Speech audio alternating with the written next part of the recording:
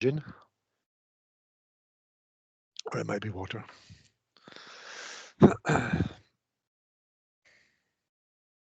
Okay, that's us, bang on 3.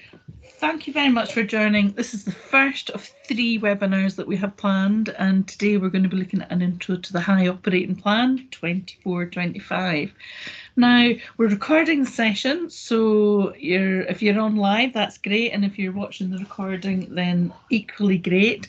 We're going to use Slido today, so before Lorna and Martin start, if you just want to put slido.com into your browser, and you'll see that the code is there, 1597884. And Slido's anonymous. It doesn't matter who said it. We're just looking for the feedback, and we'll use the Q&A in Slido. But if you don't want to use Slido, we'll also use the chat. So let's make a start. Lorna or Martin, who's going to go first?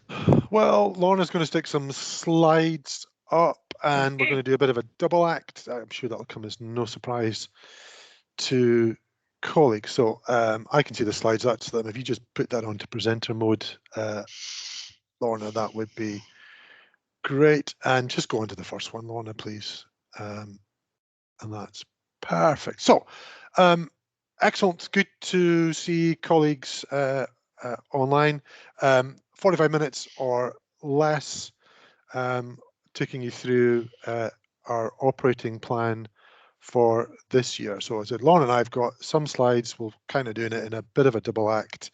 It'll be me, then Lorna, and then it'll finish with me. So when I come back, we're nearly at the end.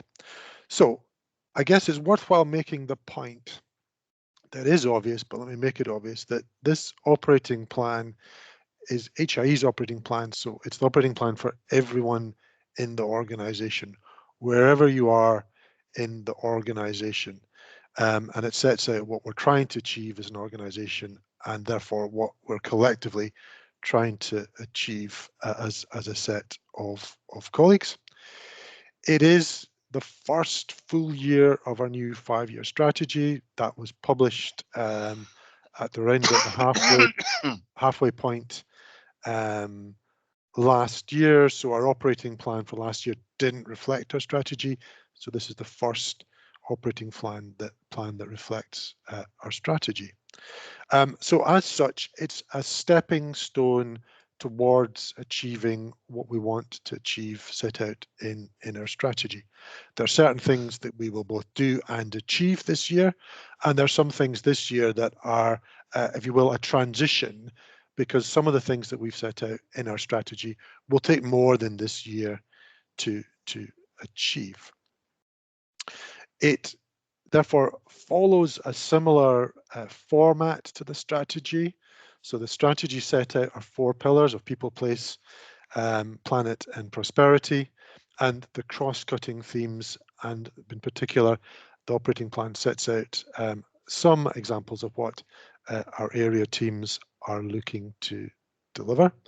And it's worthwhile pointing out to colleagues that we haven't yet got a formal letter of guidance from the Scottish Government, but our operating plan has been passed government, and we're confident it's published, and it is going to be consistent with the draft letter that we saw. So moving on to the next slide, please, Lorna. That's just coming through. Thank you very much. So we will go through the measures later on when it comes back to me after Lorna. I'll take a wee moment just to take colleagues through the measures. But it's worthwhile stating early on that the measures have changed, not radically, and some more or less remain the same, but it's not business as usual. It is worthwhile me saying that, you know, with our new strategy, our new approach, the things that we're looking to achieve, the measures, are subtly different from the past. So we'll see that when we come on to the slide later on. And the measurements that we're setting out serve 2 purposes. It does allow HIE to know, well, how are we getting on with the things that we set out to do. So that allows feedback to the leadership team, feedback to the board, feedback to all of us about, well, how are we getting on with that? And that clearly is very, very important for any organization to know how well it's getting on and if any corrective action is needed. But equally, it's really important in the context that we find ourselves about how we tell our story to an external audience. Now, that might be the Scottish Government about what we're doing, how well we're doing it. It might be telling the Scottish Government about what we're finding and sensing within the region. And it might also be increasingly, yeah, I would say increasingly, also the UK government, who are kind of coming back onto the scene as certainly funders and partners, if not for HIE, then certainly for our local authority partners. And also the external audience includes key stakeholders across the region, whether that is local authorities, industry groups, or what have you. Next slide, please, Lorna. Thank you, that's just come through. Again, comes through from the strategy. This is a really exciting, positive time for HIE, for all of us that work in socioeconomic development in the Highlands and Islands. There are a lot of opportunities. Indeed, there are, if you will, once in a generation opportunities that we are looking to seize, to realize, and to maximize the benefits to our region, to our communities, to our industries, and to the businesses that we work on. And the operating plan sets out which these are, which are our regional transformative opportunities. And these are a bundle of things that have been developed, not just by us, but by us working with partners across the region and particularly through HIE. And the operating plan also sets out to give us all a bit of a flavour of some of these kind of exciting things that we're working on across area teams. So you'll have seen the sort of map that highlights just a couple across each area team. But you get that flavour of the big exciting things that are here and now that we are working with. Now, it's not all balloons and lollipops. We know that. And some of what the operating plan is guiding us on and through is that we have to be very thoughtful about where and when we use our resources, whether that's the budget that we have to invest. So where, when, and how do we invest? Because we haven't got all the budget we would like. We've never had all the budget we would like, but facing into some of these opportunities, it's particularly challenging. But also, how do we begin that transition to use the expertise, the capability of our staff, me, you, and everyone else, to deliver the things that we want to do. And that's something that we're doing and will continue to do as the year goes on. And if we've not got all the budget we need, and we never did, then we need to continue and probably accelerate the ability to attract external funding for ourselves, for our clients, and for the region. And that's a key feature of the operating plan this year, is looking at how we do that in a way that works for the organization. And also, how do we, well, not how do we, but that we'll continue to introduce conditionality. We did that very successfully recently around about Fair Work, and we're now looking at net zero conditionality. So how do we do that in a way, well, how do we deliver that in a way that works? And of course, has been, is, and will be the case that we're not here alone. We can't do it all. We never could. We never will. So it's about the importance of how we work collaboratively, how we work in partnership with those within the region, so local authorities, chambers of commerce, communities groups, so on and so forth, but also at a Scottish level with other agencies and with the Scottish Government. So that's it from me. We're now going to tilt over to Lorna, but I think we're just going to see if there's anything in on Slido, and we'll just take a quick pause here and also see if there's anything in the chat. Martin, there's nothing in the chat or Slido just yet, but and we're happy to take it either via the chat or Slido for just a general Q&A, and I know that Lorna will be running polls shortly, so just whenever something comes into your mind, just pop it in either format. Thanks. Yeah, it's worthwhile. This is an internal presentation. Although Lorna and I are presenting and we're using some slides, it is informal.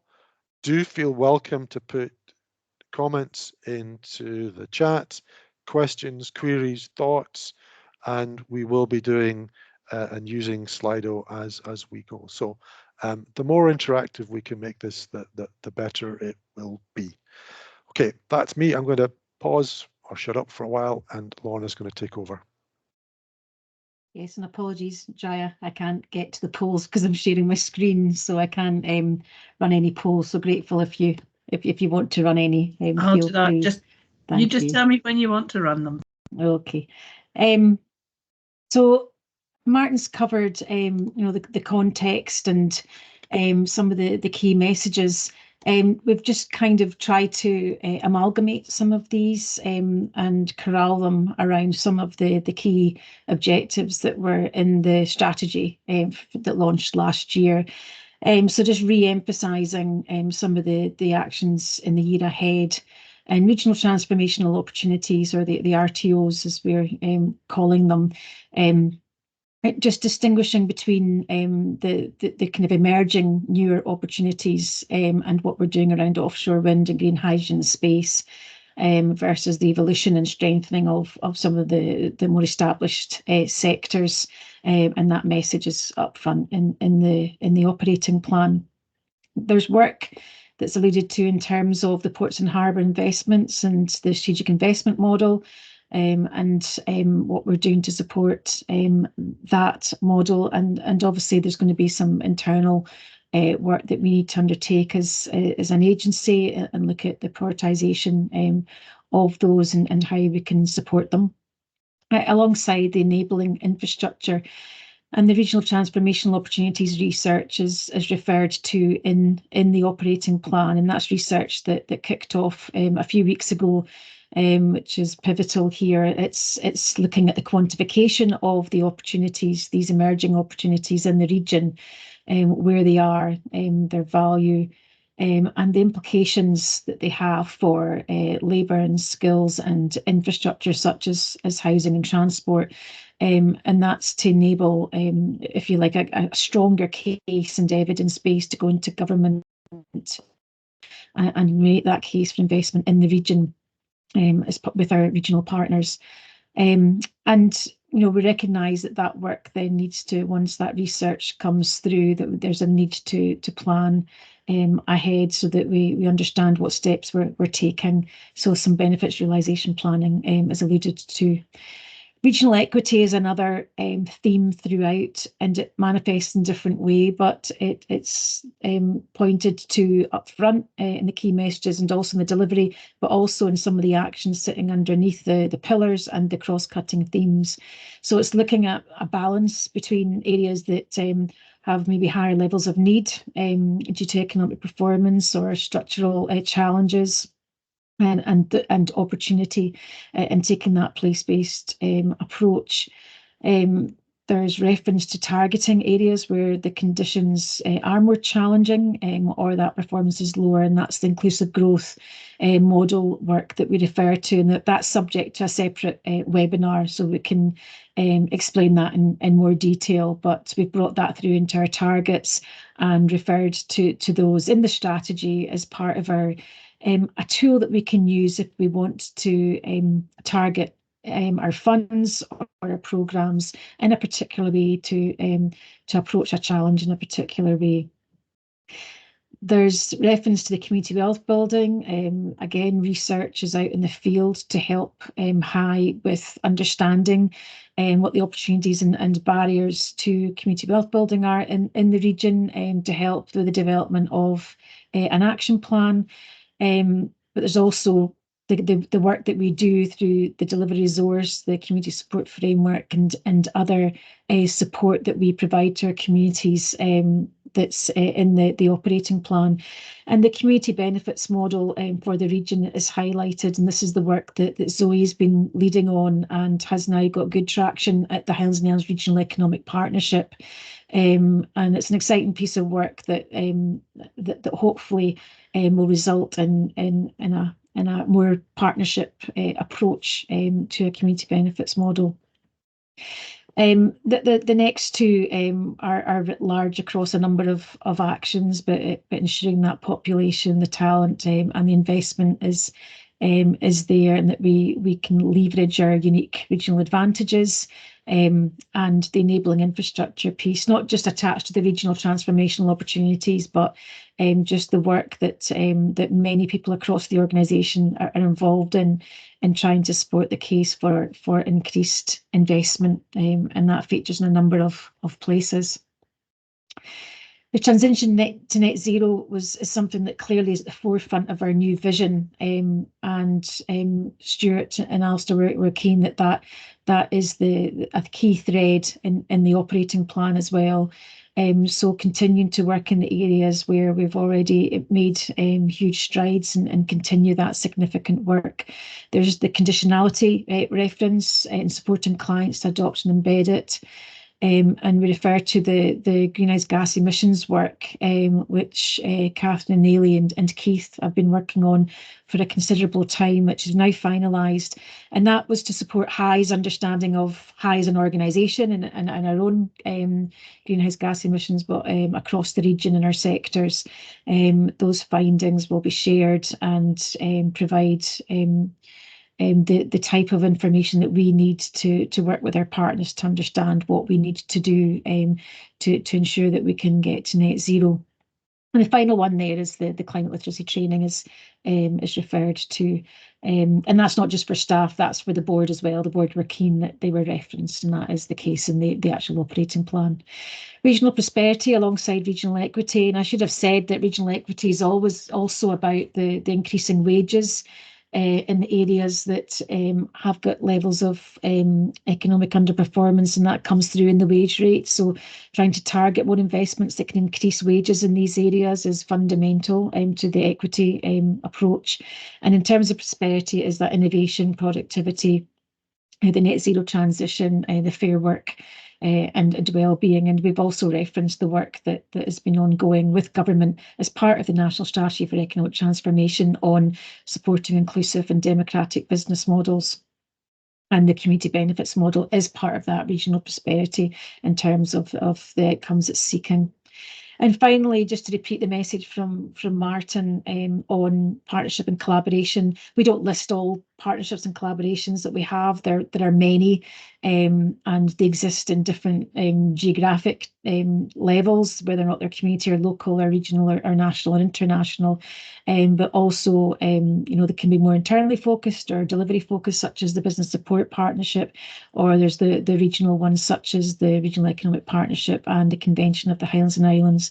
And we do see some benefits, hopefully, in the Deputy First Minister sharing that, having knowledge of the region and being able to get traction on key issues that are impacting on our communities and our businesses up to co-high, and get maybe an improved discussion there.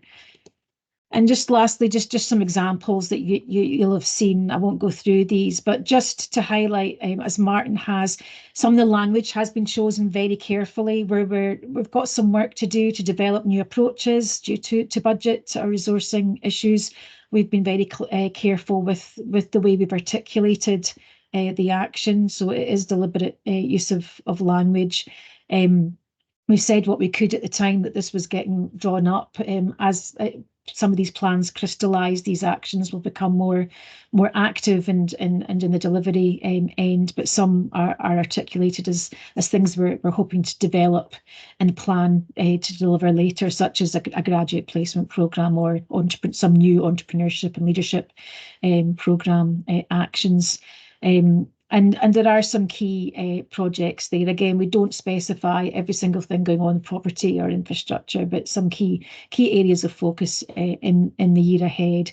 So it's never an exhaustive list of everything everybody does. The key thing for us this year was to get the messages across, to align it with our new strategy, and to surface in there the actions that will have some meaningful milestones in the year ahead to give our partners and yourselves that sight across the whole of the organisation.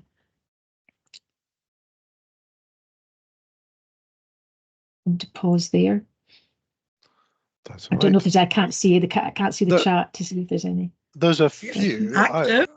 It's active. Well, we press on because only 2 more slides, and then we can circle back and go through any of the questions and comments in Slido or the chat. So I said it was in 2 parts, and when I came back, then we were nearly at the end. So I got 2 slides, this one and, well, therefore another one. And I mentioned the measures at the beginning, and you hopefully can see that reasonably well on the screen. It's taken from page 14 of the operating plan that was shared previously. So what we're looking to do is change the measures. So you can see it split into 2 on the top part, key measures, and on the bottom part, tracking measures. So the tracking measures are still things that we will capture, monitor, and report on, but we're not setting, if you will, a target for that. So things that we have done historically that have very much been target-based is things like increase in turnover in social economy, increase in international sales. We're not going to track those. We're not going to set targets against those.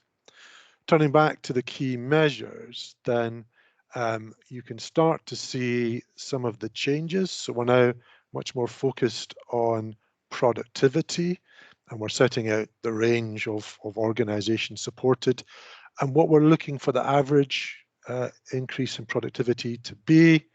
So as well as productivity, also innovation, number of organizations supported, and some of the things that we'll use to guide us on that, such as number of products, process, or services, and how much we're investing in that. There's a bit then also, net zero action plans, number of community projects supported, job supported. And we get to job supported, you see how it starts to split, and that is more or less a pattern that repeats for the rest of the measures. So there's a headline of number of jobs supported, then of that, what is the sort of the green or the net zero aspect, and also what is the target areas proportion of the total target. So on target areas, we're going to do a follow-on webinar. So we've been doing work. So colleagues will be aware of the phrase fragile areas. It's one that's been with us for well over a decade, if not nearly 2. So we have refreshed how what data we access and what we do with that data to update what are target areas. And this is an area of focus, and I see there was a question in the sidebar that I'll use when we come to that to elaborate a bit more. But we have now got, if you will, a new map. We've discussed and agreed that with leadership team. We're discussing that with the board at a special meeting on Monday, where we're taking them through the performance for the year that's finished, taking them through some of what we're doing this afternoon, and that includes the target areas. So we're being very specific about what the target areas are and what we're looking to achieve as an organization in those areas. And you can see that in terms of job supported, the average wages, the external investment secured, and capital investment. So you can see how that model of the measures repeats itself, where there's a headline, and then we break that down into green or to target areas. Next slide, please, Lorna. So this is the last one, and then we'll bring the slides off the screen and we'll circle back and have a look at the questions and comments that's in the chat bar, including those that come to us from Slido. So this is already happening, but the ask is to use the operating plan as your framework for team plans. So use the 4 pillars, use the cross-cutting themes. And I know area managers and area teams are already starting to do this, and some of the other directorates are also starting to do that. So that's the purpose of the structure of the operating plan, is take that and use that as appropriate for your own team plans, using the pillars and the cross-cutting themes. And that's important that we have a consistent approach based on the operating plan that allows us to capture data and to provide monitoring and reporting, particularly at the half year and full year report. That way we're more or less comparing apples with apples across the organization. So that's what we want you to do with the operating plan. And if we identify additional outputs, we can incorporate those into the reporting. We're fairly flexible with that. So that ends the slideshow. So Lorna, you could stop sharing your screen. And Jaya, do you want to be master of ceremonies and go back through and Yeah. put the comments and questions to Lorna and I, and what that, if I look at them, they're good. Keep them coming.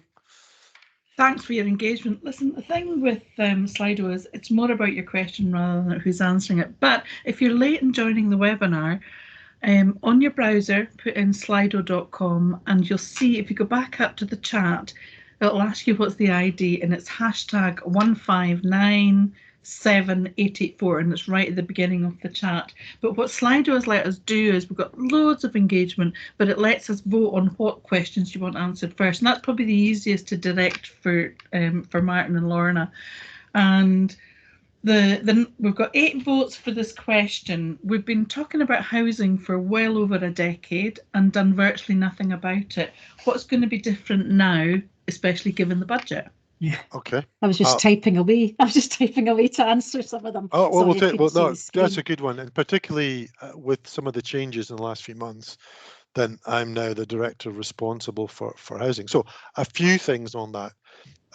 One, colleagues may not be aware, there was a paper that Morag authored, or Goodfellow, our area manager for Argyll and Highlands, that set out what we've been doing in housing, and it's not nothing.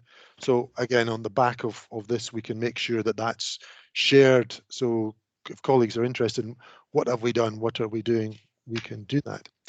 But to move the answer on a bit. So I mentioned the target area. So what we're doing is area team by area team. We are looking to identify key places within each area team, each area. And those places will likely involve several communities, but they'll be spatial, they'll be place-based. And what we're looking to do is build on what we've done, build on the knowledge and experience that we've got, build on things that we've been doing, for example, in the repopulation pilot areas in Argyll, in Chagall, and in Sutherland, to use our well-practiced and exceedingly good convening powers to bring communities, builders, local authorities, housing associations, if that's relevant, together, place by place, to talk about and identify and make a plan for how is it within these places that individual communities can look to have housing developed. That's starting to bring together what we're really good at. So we're really good at working with communities. We're really good at working with partners. We know a thing or two about how land can be acquired by communities or can be developed with a purpose. We understand how to work with partners to support communities through a process, the planning process. We've also been working with the Scottish Government's Chief Planner. They were up visiting just 3 weeks ago, and I spent 2 days with them. There's new legislation out, and they're really keen, not for pilots, but for pathfinder opportunities. And they're very excited to work with HIE on small scale presumption for planning for housing for that. Not only are we good at working with communities on housing, we can also look at that in terms of, well, what are the business opportunities that we can work with to help businesses start up and grow in these areas. And also we know that there's a bundle of things that need to go together. So there is stepping away from the housing. There's things like childcare. There is things like talent attraction. And as I mentioned, there's things like working with businesses to create the jobs. All of these things we're bringing together in a deliberate way, starting this year, building on good experience so that we've identified across each of the area teams areas where we feel that we've got the capacity and the capability to make a difference. So that's our place-based approach. Starting this year to housing. That's very much small scale. Colleagues in and around Innermurray Firth will be aware of the Green Freeport, which is, if you will, a front for the opportunities from green energy. That's at the opposite end of the scale, and that's looking at figures I've seen are talking about 8,000 houses in and around Inverness. The market failure there is very, very different, and our role in that will be very, very different. So we will be working mainly at the smaller scale, community-based developments, place by place in each of the area teams, but we'll also have a role in some of the big scale stuff that we're expecting. So hopefully that helps answer that. Thanks, Martin. Right, we've got another couple of questions that have both got the same amount of votes, but I'm going to go for this one and then we're going to run a poll. So the question is, ideal to have HIE external stakeholder map that shows internal leads and existing engagement dialogue to encourage internal collaboration and discussion. And the poll that I'm going to run just now is, who should be our main partners over the next year? So Martin, that question will also be in the chat, but I've actually set that poll up as well. So if you'd like to vote on that. And the question again is about a HIE external stakeholder map ensuring internal leads and collaboration with. Excellent. So it's a good question. It may have come from somebody that's actually doing that, or it may be genuine. So absolutely, it's never been more important because of just, I guess, the political context and indeed the need for this region, and we've got a really important role to play to seize the opportunities. So we need to be properly engaged with key stakeholders, and those will be some, but not many, will be at the UK national level. There will be some there, and particularly we'll get the better feel for that landscape after the election in July. Certainly key stakeholders across the Scottish Government. Some of those obviously are in the economic development space, but others such as housing and population and transport and infrastructure. And then there'll be those within the region, such as local authorities. So we are pulling together a mapping of what currently happens, and it's far from nothing, but absolutely there's room to be much more proactive and deliberate in who we engage with, who engages with it, and how do we help that engagement in terms of a small number of key messages, a small number of key lines to take, and also how do we capture intelligence and feed that back into the machine in a way that's helpful. So that is something that we're looking to do, well, we're doing just now. And there, you're starting to see some of the key organisations that we already know or need to know, and not all of them will be equal. So there will be, if you will, a bit of a tiering of which are those that are most important, and then some of those that are lesser important, and how and who engages with those will vary. It'll be horses for courses.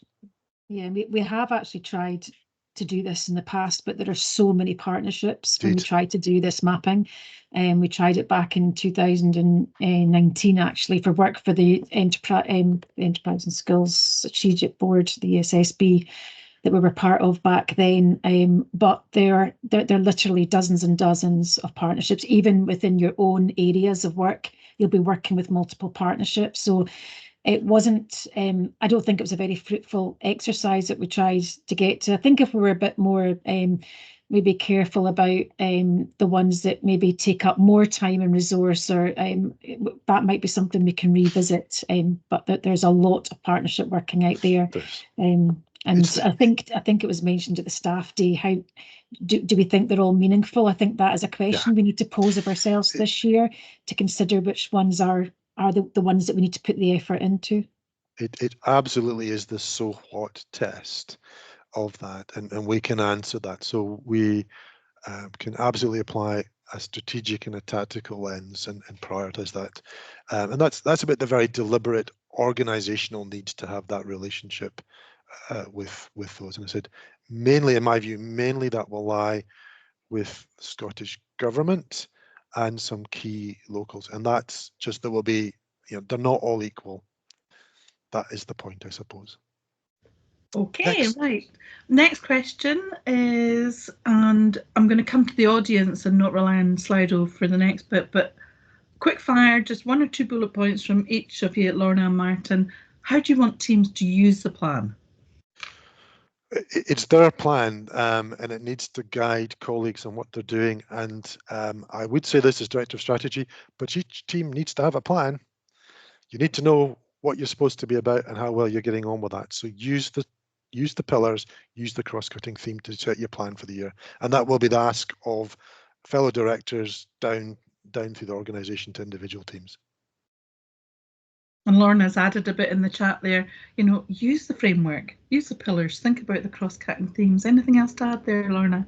Just because that will help you when we come to report and showcase what you're doing. So I think it's going back to the framework and remind yourself of the strategy. We have had some conversations recently where I think some people have still not had the chance or are taking the time to read the strategies. Please remind yourself, refresh yourself of what's in our strategy and where we're going, what our key objectives are. We don't repeat those in the operating plan because they're in our strategy, but every pillar has got strategic objectives and it's got a set of outcomes.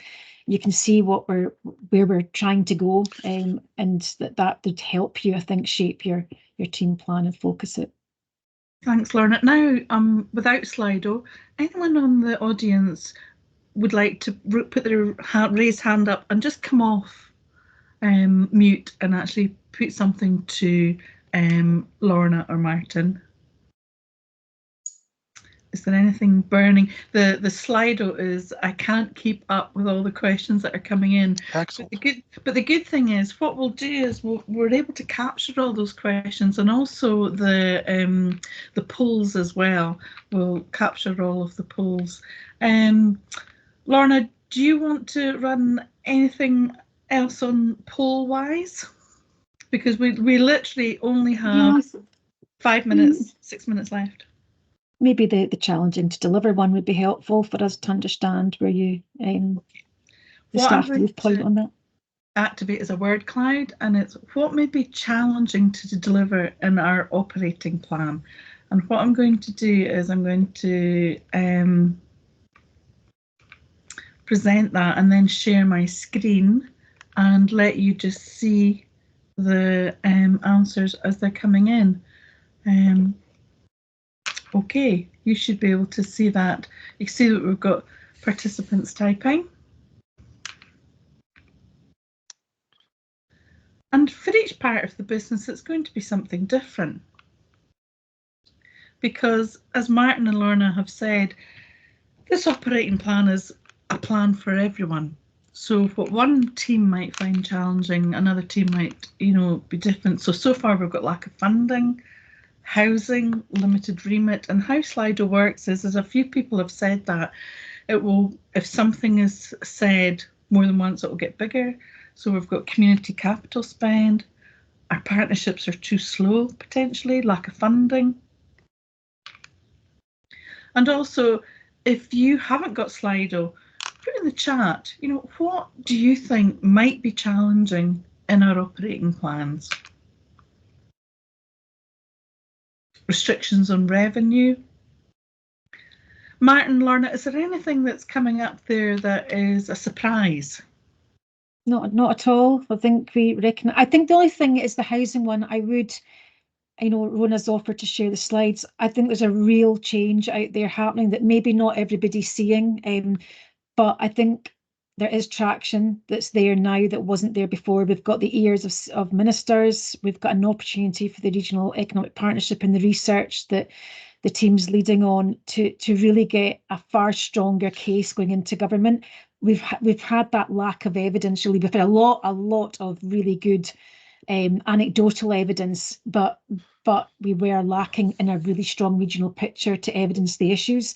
And I think we're going to get that. And I think with Stuart chairing that group, although we've got a limited role in terms of the delivery end, I think this is where we can make a difference as an agency. We can make that connection between the investment opportunities and our businesses and communities and the housing dimension. That's one bridge that we can offer. So I think that will change. And I do agree the partnership piece, it can be really painfully slow. And yeah, we need to think of ways in which we can pump prime those and get them speedier. And I think there's a big issue just now with resourcing externally in our partner organisations.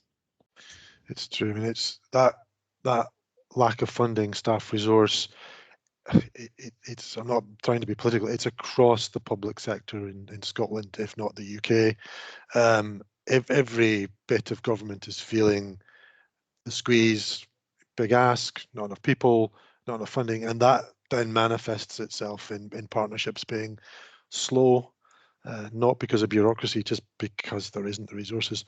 Some of that, being very clear about, what we're trying to achieve, helps us engage with partners. And what we're about as a strategy, what we're about as a team, an organisation, and an operating plan, we're trying very hard to influence through, in particular, things like the Regional Economic Partnership, to agree a small number of key things like housing that we can all focus in on and do something about. Well, as you can see, I mean, there's so much on this word cloud. I'll stop sharing that now because we literally have 3 minutes left of our webinar. Now, everything that we've captured, I mean, we'll share all the questions on Viva, and this is not for Lorna and Martin to answer every single question. This is for us as a business as well, to input and collaborate. I was going to say that I think we'll look at what we've got, and we've got 2 more sessions. They're more esoteric. There's one looking at the sort of target areas, that kind of place-based dimension, and we've got one on the measures. But in light of the chat, the comments that we get using Slido, I'm conscious that the summer holidays are not too far away. So it could well be that after the summer we could, I mean, I wouldn't undertake to write answers to all of these. I just haven't got the time, but I would be happy to answer them. So we could identify some themes and can come back probably after summer holidays and chat these things through, because this is not my operating plan, it's HIE's operating plan. And if colleagues have got questions or queries or thoughts, then if I can answer them, I'm really happy to. And if I'm not best placed, then we'll find someone who can. And also, some of this might be good feedstock. Well, I'm sure it is. There's a possibility that some of the stuff that we're raising in the chat just now in Slido features for the all staff in the back end of the year. So, again, do set your thoughts out. It's anonymous, so that helps. So do set your thoughts out. They'll be really welcome. Well, in the final minute, I give you 20 seconds each for the key message you want staff to leave today with. Lorna, in 20 seconds. Jaya. You No, could have given me the heads up. I would say we understand it's a tricky environment internally and externally in there, but I think that the might of our staff resource and skill set and knowledge and experience and enthusiasm and passion for the region should see us deliver, a really strong set of outcomes this year. We just have to think differently about how we can get those outcomes collectively. Thank you. Martin, you don't even have 20 seconds. You've only got 10 now. These are exciting times. There are challenges, external and internal. We will rise to the challenge. We are a great organisation and we will do good work. Thank you very much. And listen, audience, thanks for joining us. Now, remember, we've got another 2 of these, so make sure you're there. And as I say, we will share everything. And have a great afternoon. Thanks very much. Great. Enjoyed it. Bye now. You.